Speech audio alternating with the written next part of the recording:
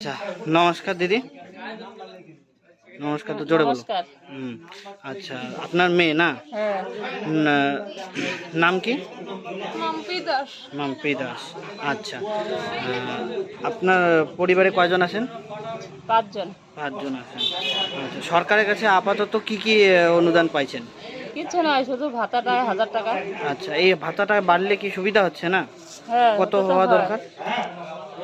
কত 2000 3000 যা। আচ্ছা, 2-3 হাজার হলে সুবিধা। হুম। তো এতে তো সংসারের খরচা তো চলে না। না, আপনি কিছু কর্ম করে চালাচ্ছেন নাকি? এই যে চায়ের দোকান করি। আচ্ছা, চায়ের দোকান টোকান তো কর্ম করে চালাচ্ছেন।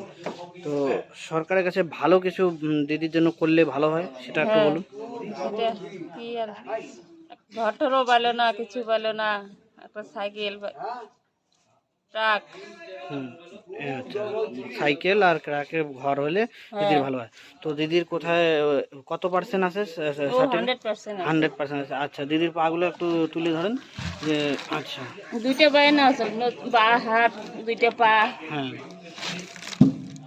2টা পায়ে মানে খুবই অচল এবং শুধু বসেই থাকে। হ্যাঁ, হাতগুলো। হাত, এই হাতটা চলে, এই একটা হাত শুধু ভালো। আচ্ছা, একটা হাত দিদির ভালো আছে। হ্যাঁ।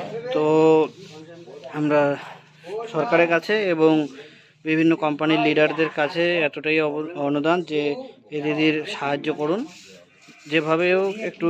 যে কোনো জিনিস সব কিছুই মানুষ চায় না, অল্প কিছু অনুদান পারলে করতে পারেন, তাদের কাছে আমরা পৌঁছানোর চেষ্টা করব। তো নমস্কার। নমস্কার।